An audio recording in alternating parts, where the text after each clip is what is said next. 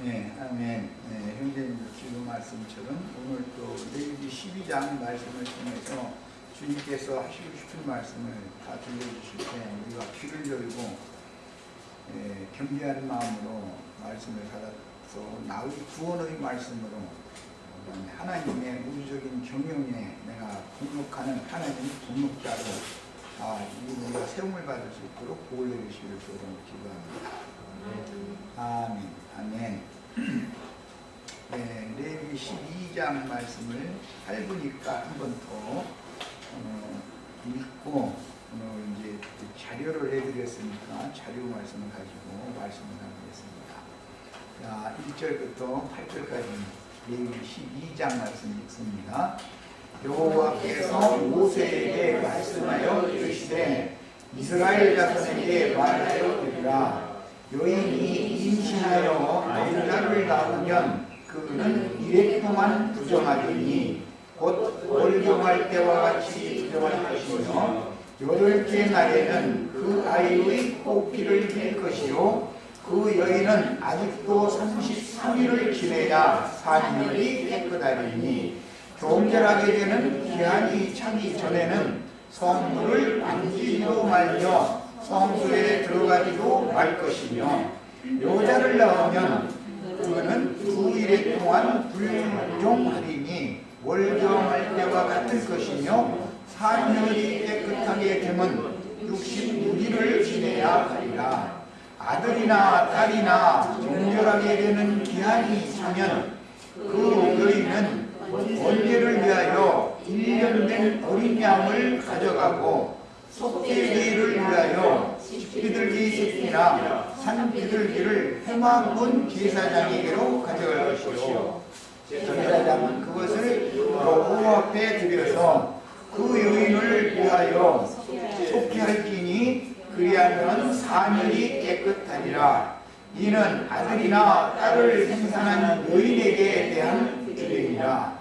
그 여인이 어린 양을 바치기에 힘이 미치지 못하면 산비둘기 2마리나 집비둘기 새끼 2마리를 가져다가 하나는 번제물로 하나는 속죄제물로 삼을 것이요 제사장은 그를 위하여 속죄하리니 그가 순결하리라. 아멘.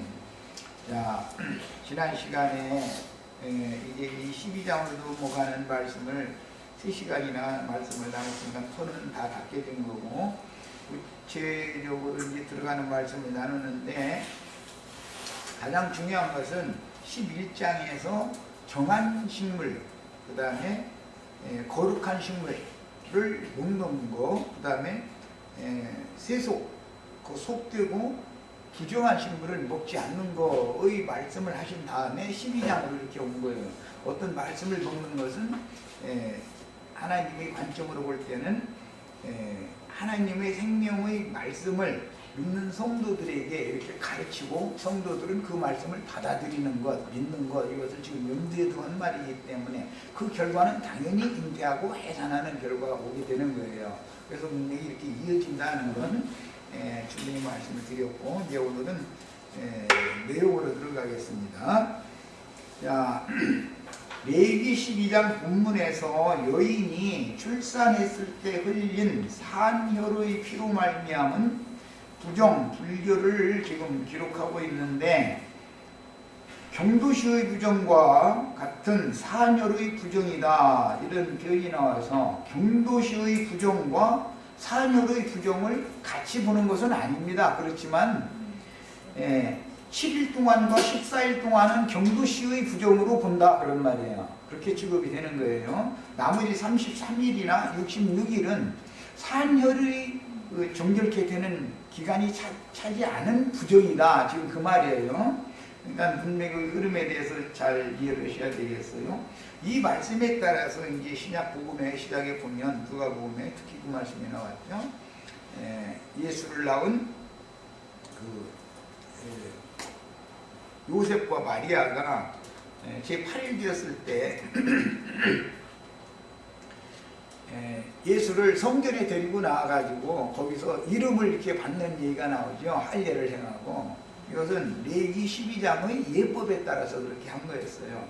그런데 이제 유대인들은 여인이 아들을 낳아서 한일해라고 흔히 말하는데 이 셈족들은 한일해라고 그러죠.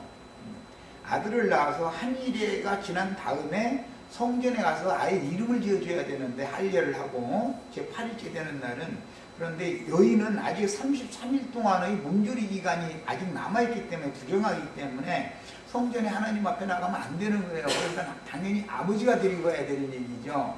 딸을 낳은 경우는 성전에 가서 할례를 행하지는 않지만 이름은 받아야 되잖아요. 그런 경우는 두 일회가 지난 다음에 아버지가 가서 성전에 가서 이름을 받아오는 거예요. 제사장한테. 그것이 유대인의 규례였었어요. 그리고 여인도 절기를 지키러 예를 들어서 이제 성전에 가려면 최소한 사내 아이를 낳았으면 40일이 지나서 정결례를 행한 다음에나 절기를 지키러 성전에 갈 수가 있어요. 그렇지 않으면 못 가는 거예요. 부정기간에 있기 때문에. 딸을 낳은 경우는 뭐 80일이 차야만 성전에 갈 수가 있는 거죠. 이것은 유대인들은 문자대로 이렇게 그대로 행했어요. 자, 이제 이 유대인들의 이 율법 관념, 그들의 생활에 대해서 일단 이렇게 말씀드리는 거는 그들의 삶을 알아야 그것이 말하고자 하는 영적 의미를 알 수가 있기 때문에 기본적으로 이 성경이 기록한 문자대로의 이런 내용을 알아야 되는 거예요. 그런데 이제 여기에 또 붙잡히면 안 되는 것이지. 이제 뭐 엊그제 요즘에 와서 난리를 낸 어떤 분들처럼 문자에 붙잡혀 버리면 그것을 열심히 지키다가 멸망한 유대인들의 행석을 따라서 계속 해야 된다 이렇게 오기잖아요 지금. 아니 주님께서 오셔서 그 모든 말씀을 영적으로 완전한 법으로 다시 율법을 이루신 다음에 반포를 해줬으면 그래도 율법을 지켜야지 우리가 모세 율법을 지켜서는 안 되는 거죠. 그건 말할 것도 없죠. 예수를 죽인 게 그들의 교리를 가르치는 신학대학원 교수라는 분이 글 쓰는 걸 보니까 율법의 저주에서 우리를 속량한 것이 아니라 로마 법에 의해서 예수를 정죄하고 죽인 거다 이러는 거예요. 그러고 가르치고 있는 거예요. 얼마나 황당한 얘기예요. 유대인들이 우리의 법에 의하면, 우리에게 법이 있는데 우리의 법에 의하면 저는 마땅히 죽을 자다. 왜? 그가 자기를 잃어서 하나님의 아들이라고 참남된 말을 했기 때문에 그는 죽여야 된다. 이렇게 유대인의 율법, 자기네들의 율법에 의해서 예수를 정죄하고 예수를 죽는 데 넘기는 거예요. 그래야 율법이 이루어지는 것이지. 그런 기본 성경에 나와 있는 말임에도 그런 영적 지식이 지금 말하자면 없는 거죠. 그냥 이런 사람들한테는 이걸 정말 설득하기가 너무 어렵죠. 예수님이 율법을 완성해서 모세 율법을 폐하려고 예수님이 오셔서 죽은 거 아니야. 그 율법 아래에 나서 율법으로 정죄받고 율법에 따라서 죽임당한 거예요. 네. 십자가에 달아 죽인 것도 율법에, 저주받은 자는 율법에 나무에 달아서 죽였기 때문에 또한 후일날인 로마가 사형제도를 할 때 정치범, 극악범 이런 사람들을 죽일 때는 다른 형벌을 하는 게 아니라 나무에 매달아서 죽이는 그런 법을 시행할 때 예수님이 온 거예요. 그거 다 율법을 이루려고 그렇게 된 거 아니야. 이런 어떤 성경의 흐름을 알아야 되는데, 그러니까 문자적으로 아는 것도 중요하고 이걸 모르면 이것이 영적으로 어떻게 주님께서 이뤘으며 이것을 성령이 오셔서 나의 구원으로 어떻게 적용을 해주는지를 알 수가 없단 말이에요. 언제나 한 단계를 알아야 되는 거예요.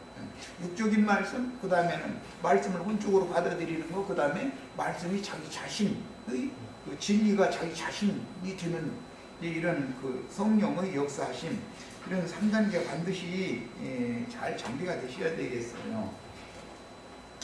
자, 거듭난 성도들의 이제 교회를 할지라도 육신의 생명인 피의 부정이 완전히 정결하게 되어 온 몸이 깨끗해지기 위해서는 이것은 전부 무엇과 관계되냐면 어떤 제사장한테 어떠한 말씀을 먹느냐 이거예요. 그 레위기 11장 다음에 12장으로 이어가는 것이 문명의 흐름을 알아야 된단 말이야. 어떤 제사장을 통해서 어떠한 말씀을 가르침 받으면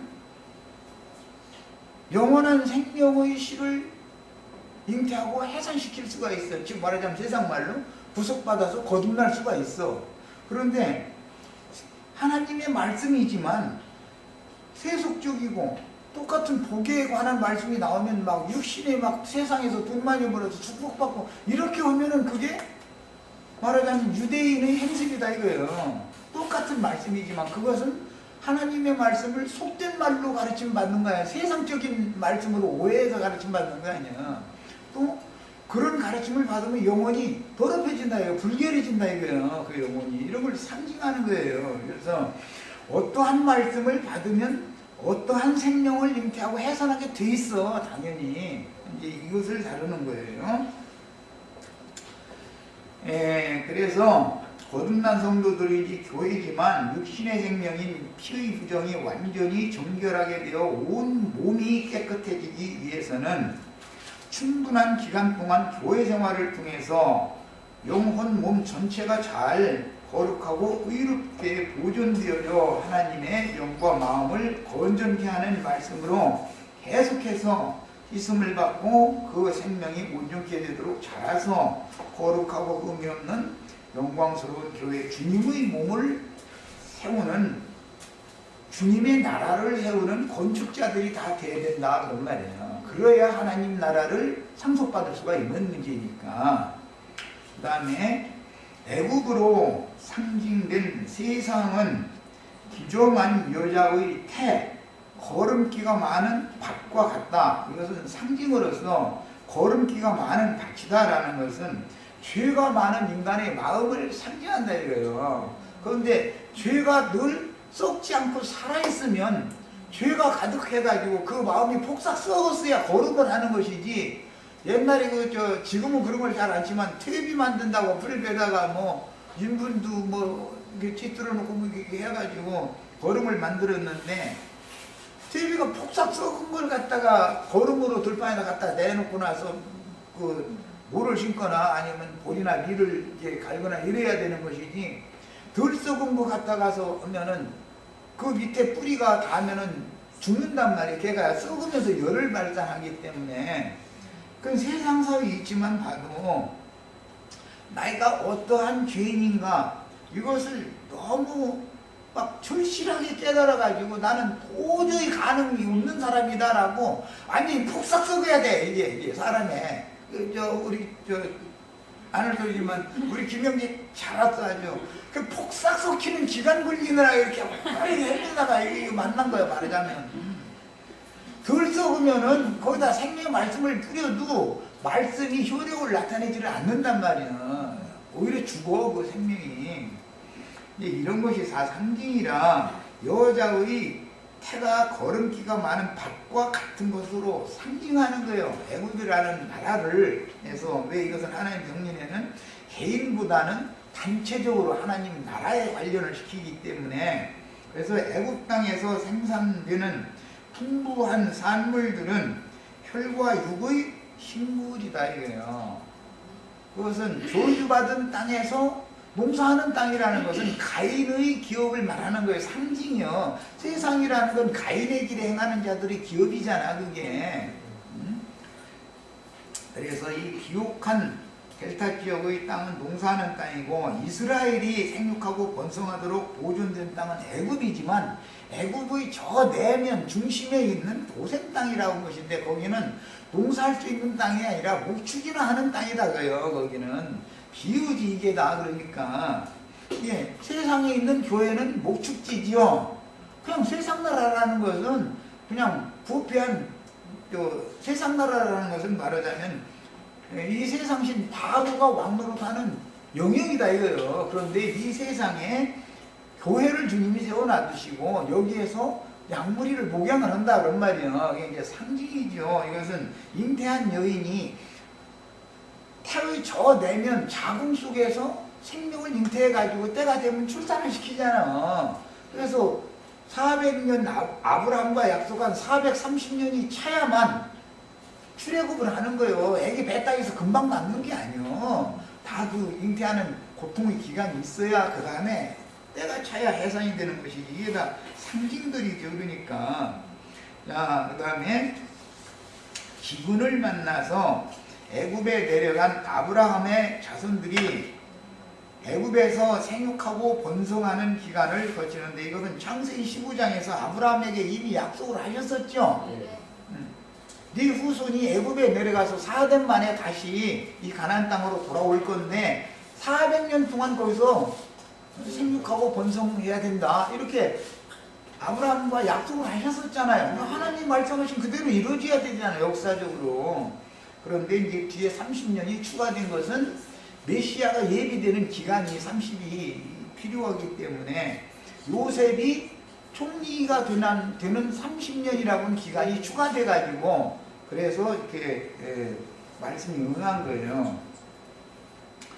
야, 기근을 만나서 애굽에 내려간 아브라함 자손들이 애굽에서 생육하고 번성하는 기간을 거쳐서 학대당하는 때에 이르러 하나님께서 출애굽을 하게 하셨는데, 이는 마치 태가 살아있는 여자의 태에 잉태된 아이가 해산되는 과정을 암시하며 개인적으로는 성령으로 잉태되고 해산되는 것과 같으며, 이런 것 보고 이제 개인적으로는 거듭났다 그러죠.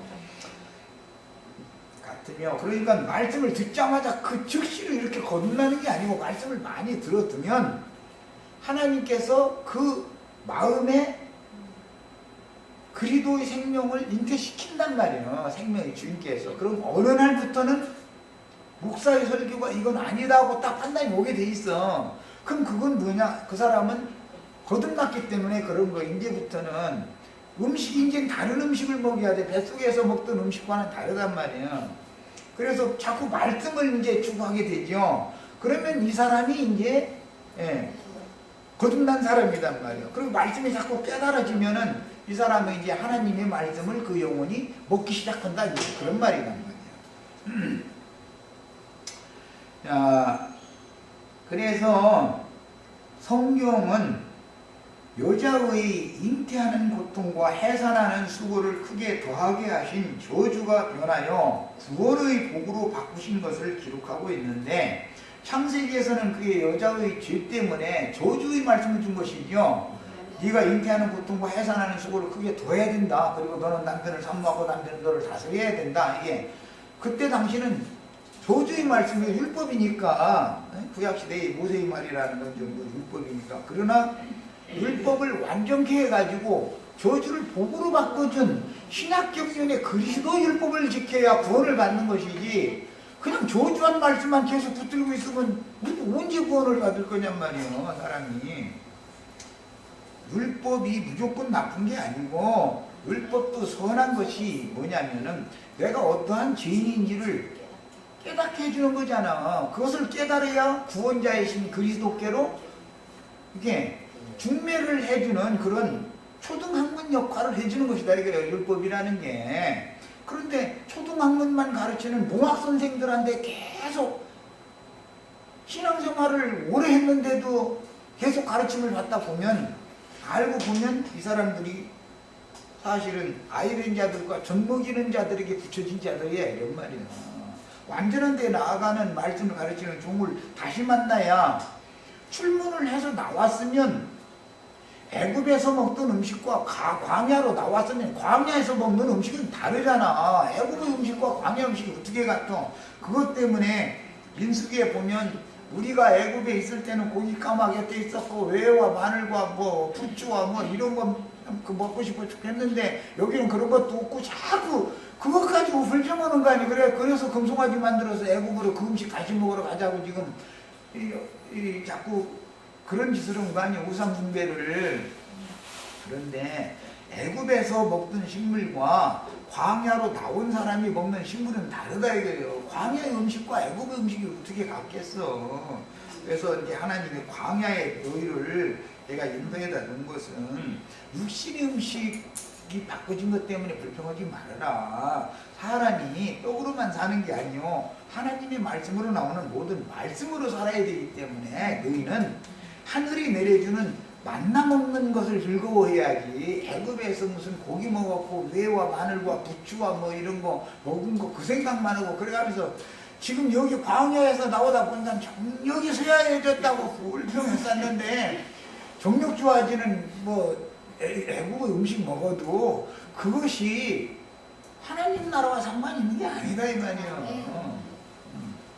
사람들이 어떤 똑같은 성경을 읽는데 말하고자 하는 어떤 의도를 정확하게 알아야죠.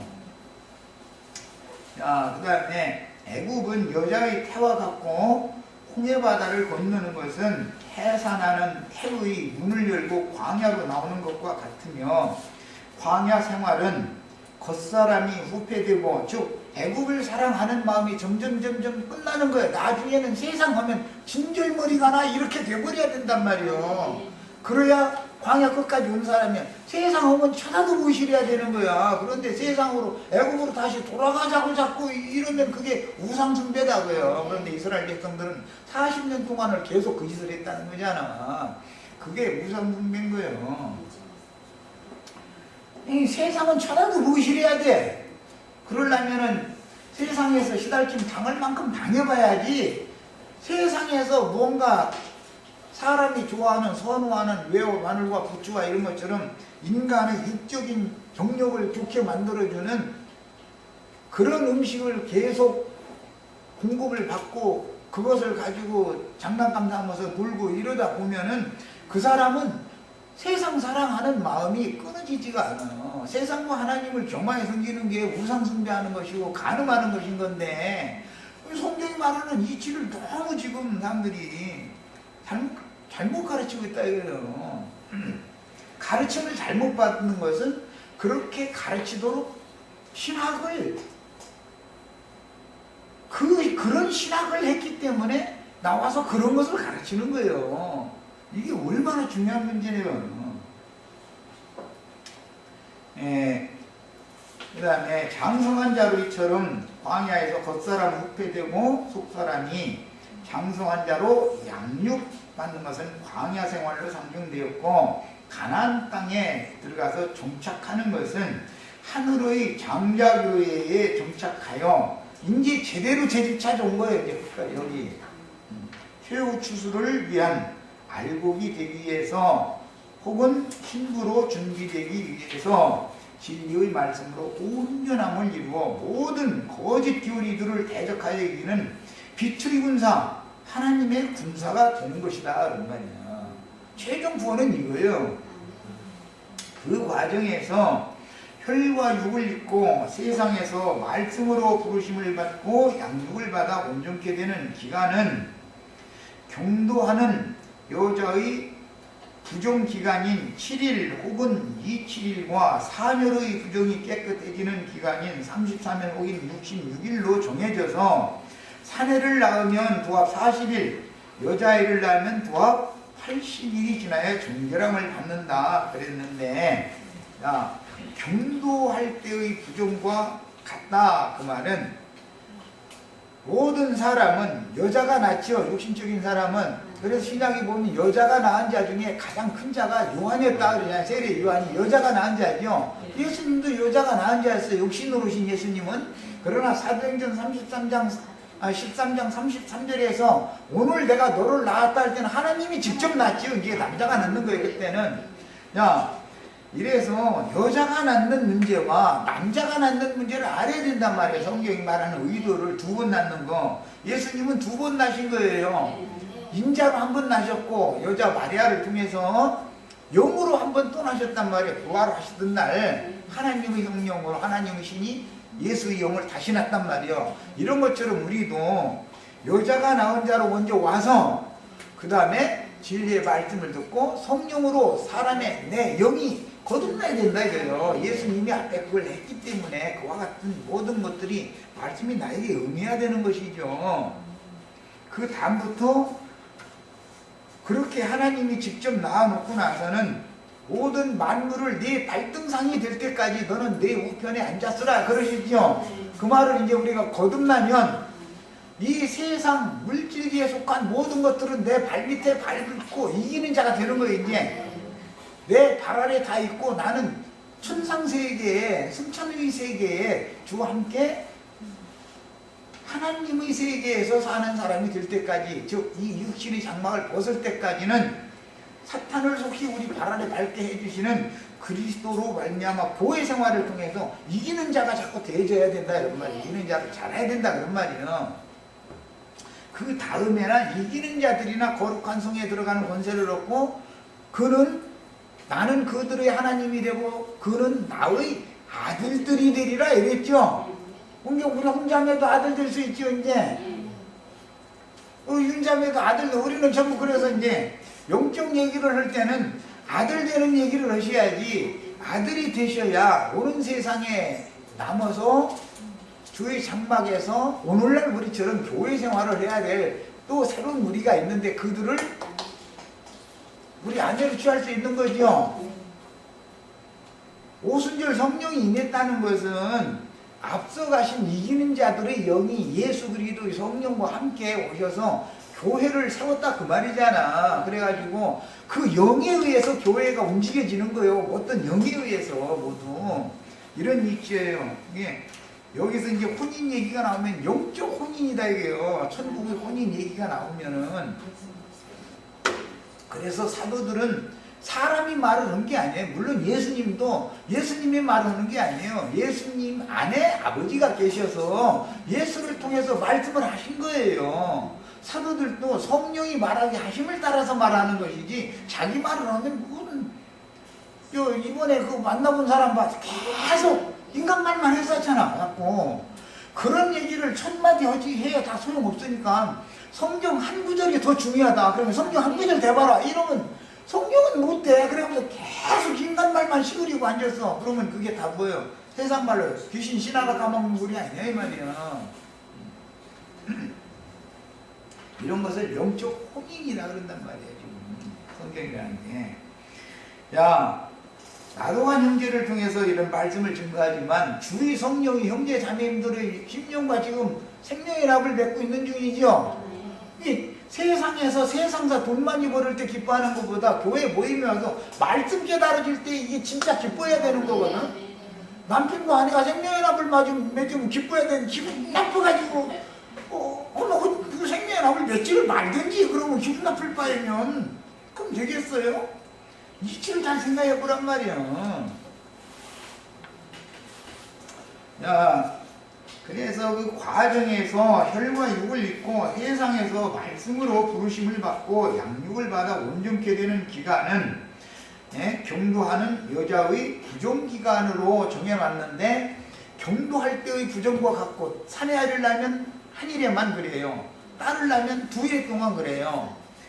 경도할 동안의 부정이라는 그 기간이 차도 산후조리를 더 해야 되는 이제 기간을 물론 문자대로는 말한 것이지만, 산에 아이를 낳으면 33일 동안은 성전에 들어갈 수가 없어. 여자가 아직 부정이 정결케 된 적이 완전히 정결케 되지 않았기 때문에 세상사에서 아이를 낳으면 몸조리를 왜 하는 거예요? 골반뼈 같은 것도 다 이렇게 문을 열어줘야 되니까 늘어났고, 그러다 보니까 몸이 정상적이 아니잖아 지금. 그러니까 무거운 걸, 아이 낳고 나서 무거운 걸 막 들고 또는 뭐 어디 뛰어다니고 이렇게 하면은 만약에 어긋난 상태로 만약에 평생을 살면 병신으로 살아야 되기 때문에 그걸 하나님이 잘 제자리에 해서 맞춰줘서 회복시켜줄 때까지는 친정 엄마가 와가지고 딸 시집 보내놓고 나서 가서 몸조리를 시켜주고 다 그러는 거 아니야. 뒷수발 다 해주고. 세상사의 이치를 들어보면 금방 알 수 있잖아. 거듭난 사람이라 할지라도, 거듭났어도 이 생을 떠날 때까지는 여전히 부정기간에 있기 때문에 교회 안에서 내가 지금 우리 지체들 몸조리 시켜주는 거예요 지금. 몸조리 시켜줘. 교회 몸조리 시켜주느라고 나 이렇게 그냥 얼마나 미역국 끓여다 대고 대령하고 뭐 그냥 뭐 하느라고 아주 힘들어 죽겠다 아주.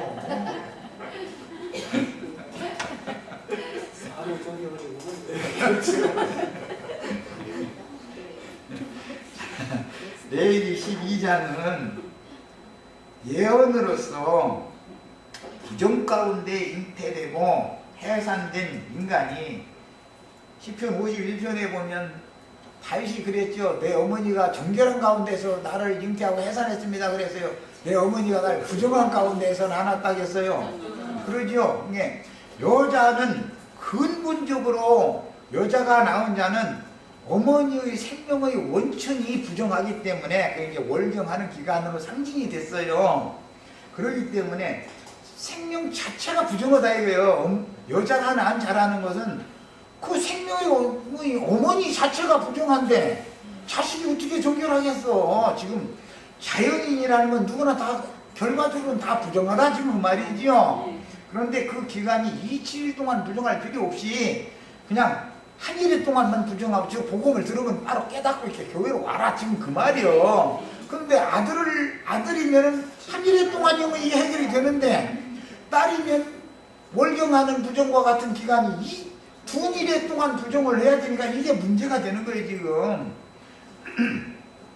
그래서 레위기 12장은 예언으로서 부정 가운데 잉태되고 해산된 인간이 영생에 들어가는 문제는 하나님의 경륜에 따라 율법시대, 교회시대, 천년왕국시대라고 하는 특별한 기간을, 때와 기한을 정해두시고 일을 하시기 때문에 항상 어느 시대를 살면서 주를 섬기는 신자들은, 즉 율법시대에 주를 섬겼던 신자들은 율법시대에도 이기는 자들이 있었죠. 이사야, 말라기까지, 세례, 요한까지.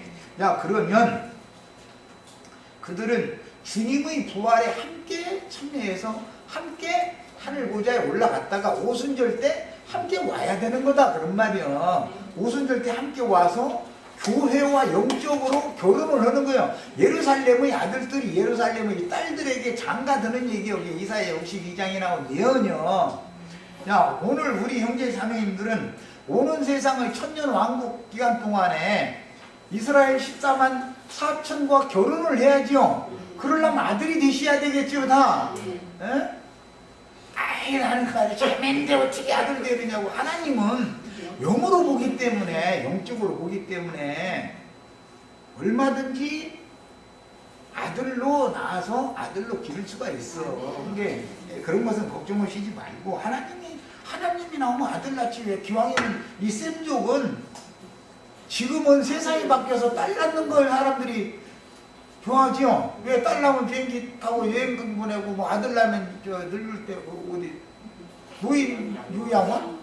거기로 보내면 되잖아. 그래가지고 요양원에 가기 싫으면 딸을 낳아야 된다는 거야. 이제 세상 말로 이제 그런데 나는 내가 만약에 나나 우리 자매가 이렇게 2년이나 반년이나 날마다 그럴싸할 때 되면 요양원에 보내는 게 낫지. 같이 있으면 서로가 힘들어. 난 그래서 미리 그때는 좋은 대로 미리 보내버리고 그러라. 너 괜히 힘들게 하지 말아라. 그러고 절대 무덤 써놓지 말고, 무덤 써놓고 가서 벌초한다고 가서 벌초해가지고 우리 퉁퉁 붓거나 벌초하러 간다고 자꾸 다 교통사고 나가지고 우리 다치거나 그러지 말고. 무덤 없으면 아예 편하니까 그럼 하지 말아라. 무덤이 없으면 어떻게 부활을 하니? 무덤 없어야 부활해. 무덤 없어야. 지금 이미 무덤에 있는데 무한놈 무덤을 새로 떴어. 그건 하나의 도상일 뿐이지. 그렇잖아요? 자, 위에 있는 어머니, 우리의 어머니는 위에 있는 예루살렘 사라로 상징되었죠. 그래서 계시록 12장에는 아들 낳는 해를 입은 여자가 나오잖아요. 위에 있는 예루살렘이죠. 이게 우리가 계속 주장이 아니라 성경이 증거하는 하늘의 장자교회다. 이게 장자교회는 아들을 낳는 교회다 이거예요. 여기는 딸만 낳는 교회가 있어. 그럼 이제 세상 교회에서 다 딸만 낳는 거 세상 교회에서 거기에 놔두고 우리는 아들 낳는 교회를 세워야 된다 이거예요. 이게 위에 있는 어머니 하늘의 예루살렘이 낳은 아들은 온 세상에서 복음 진리를 전파하기 위해 다른 복음을 진리 말씀에 섞어서 가르치는 자들에게 다툼과 침을 당하여 모세의 율법 지팡이는 반석을 2번 치지요. 한 번만 치는 게 아니죠. 인자 예수 한 번 죽이고 증인들을 또 죽여서 수를 채워야 된단 말이에요. 그래서 반드시 2번을 치는 거예요. 이것은 왜 그러느냐, 2번을 해야 확정이 되기 때문에, 증거가 되기 때문에 그래요. 예수만 죽어갖고는 성경이 안 이루어진단 말이에요. 야, 그래서 그럼 다른 복음을 진리 말씀에 섞어 가르치는 자들에게 다툼과 침을 당하여 피 흘린 자의 수를 채우는 것이니, 이는 거룩하고 정결하신 하나님의 친아들은 부정한 세상에서 원수들에게 핍박과 대적을 당하는 것이 이미 정해져 있다 이거예요. 예언에. 창세기 3장 15절부터 이미 예언에 나와 있는 거죠. 가인이 아벨을 죽이는 건 이미 정해져 있는 거예요. 여자와 뱀은 원수 사이가 되는 거예요. 처음에는 여자가 너무 뱀과 좋아 지내다가 이 난리가 난 거 아니에요 지금. 그런데 알고 보니까 그게 왼수였잖아, 왼수. 그래서 왼수 남편과는 이혼을 해야 된단 말이야. 그 왼수 남편이 율법 말씀이잖아. 로마서 7장에 보면 내가 세상의 예로 말한다. 첫 남편에 대하여 거기서 말하는 쭉 설명이 율법 말씀을 첫 남편이라고 그랬죠. 첫 남편에 대하여 네가 죽지 않고 새 남편에게 그리스도 율법에 이제 새 말씀 그리스도의 율법에게 새 남편에게 시집을 가면 너는 세상 사람들도 그런 경우는 음부라 보지 않냐. 그러면 세상 남편에 대하여 내가 죽은 다음에 남편이 죽어버렸어. 그래서 시집을 간 거야. 재혼이라고 그러지. 그것은 음녀라고 하지 않는다 이거예요. 정당한 일이지. 그래서 재혼을 한 어머니한테는 전초의 자식들도 깍듯이 어머니라고 해야 된단 말이에요. 왜 호적에 저희 어머니로 이름, 본초의 이름은 지워져 버리고 새어머니의 이름이 호적에 딱 아버지 옆에 처라는 난에다가 호적에 후초 이름이 딱 기록되면 정정당당한 법적으로 어머니잖아. 그런데 어머니 대우를 안 하면은 그때는 아버지가 그럼 가만 놔두면 안 되죠 이제. 그러는 거다. 이건 세상의 법이 있잖아. 세상에서도 하나님 나라도 마찬가지다 이거예요. 그런 예를 설명을 한 거예요. 야, 그 다음에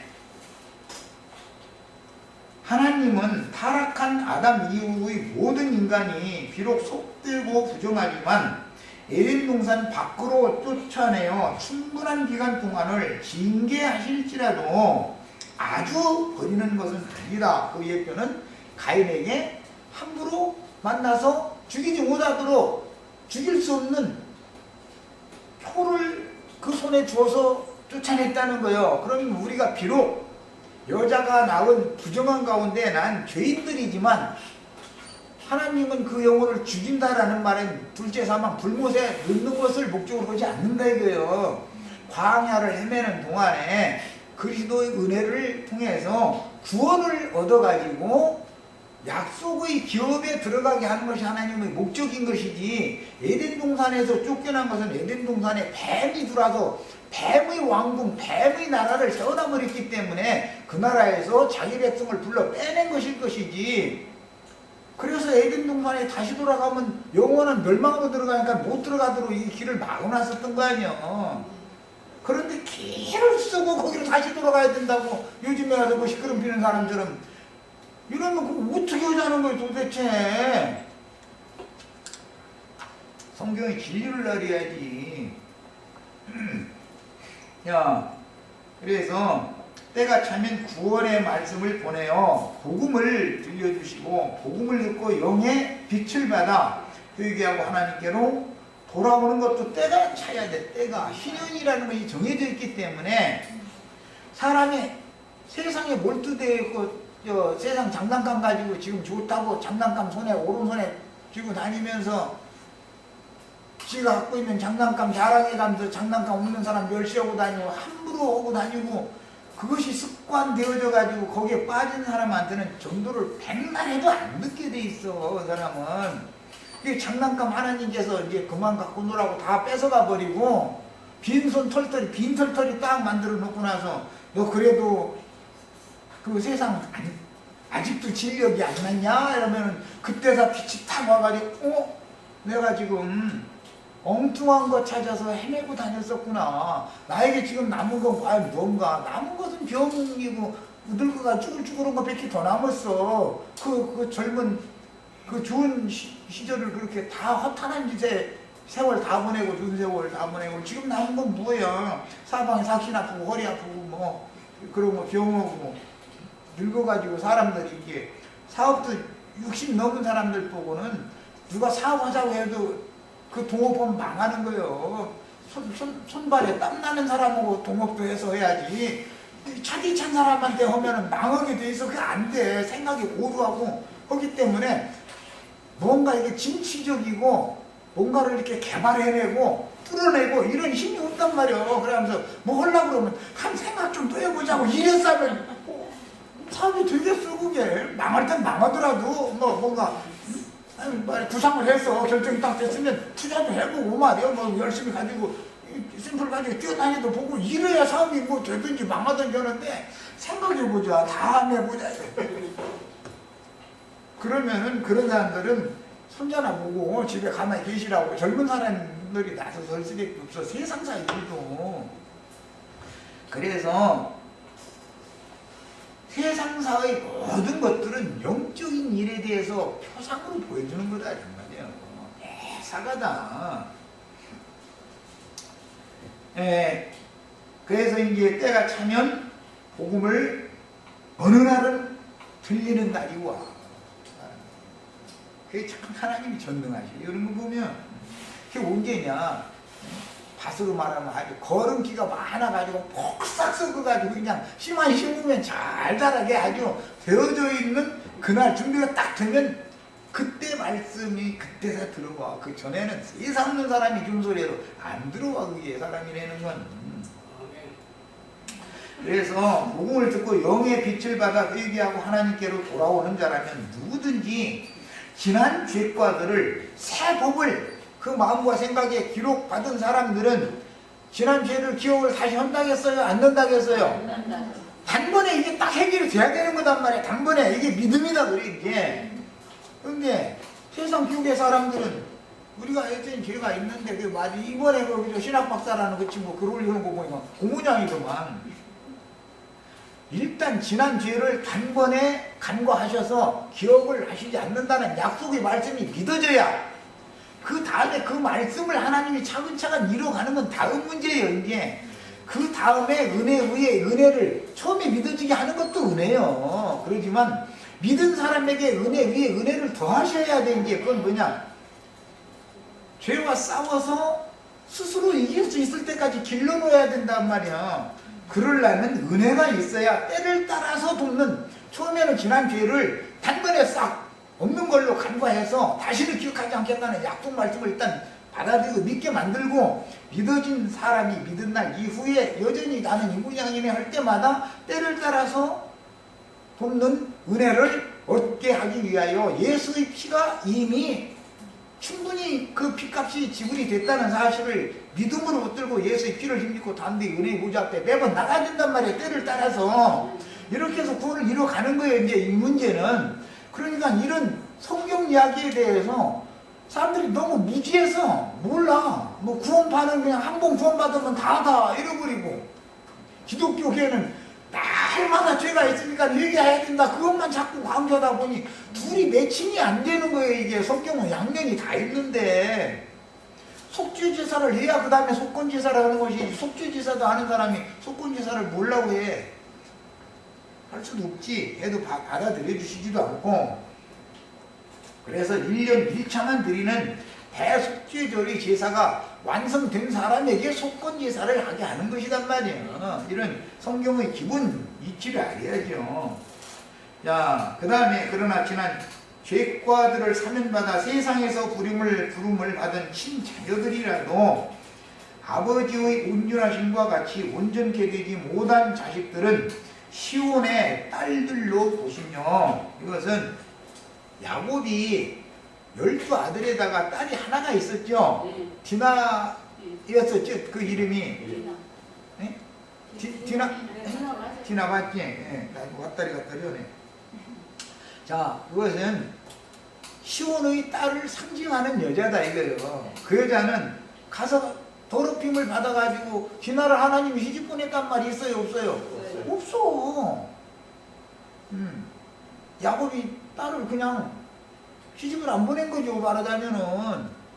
그래서 셈족들은 일단 여자가 정조를 이루면 그 사람한테 시집을 가야 돼. 그런데 그놈이 원수요, 가난족이요. 그러면 시집 보낼 수 없잖아, 이제. 그러면 그냥 홀로 지내게 놔둔 거예요. 그래서 고린도전서 7장에 그런 것을 염두에 두고 처녀로 그냥 지내는 게 낫다. 이제 그런 말이 그래서 나온 거예요. 자, 이번에는 이게, 예, 그러면 이제 잠시 쉬었다가, 여자의 경주에 대한 말씀 다음 시간에 하겠습니다. 자, 첫 시간